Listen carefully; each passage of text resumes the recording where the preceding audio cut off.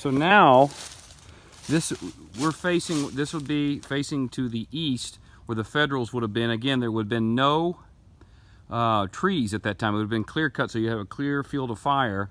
I am behind the breastworks here of Redoubt, leading up to Redoubt, actually the lunette of near Redoubt number 3.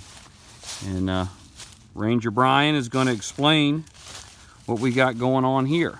So you got your trench that comes up out of the swamp, which was a creek back then, as I mentioned in the previous video.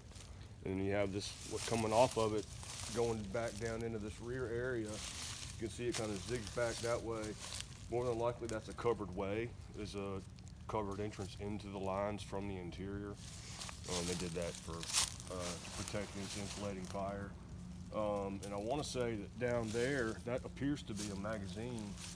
If y'all have been to Redoubt 4, you can see the 2 magazines inside, or the 2 bomb proofs rather, that I've reconstructed on their original footprint and the magazine. That's what they look like in their present state.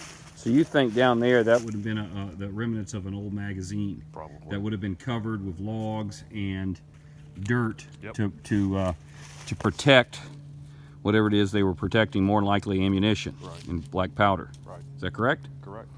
All right, so as you can see, we're really rediscovering some stuff that probably people haven't been back here in a very, very long time. Again, we're near Redoubt number 3 at historic Blakeley Park. We're on the Confederate Redoubt number 3.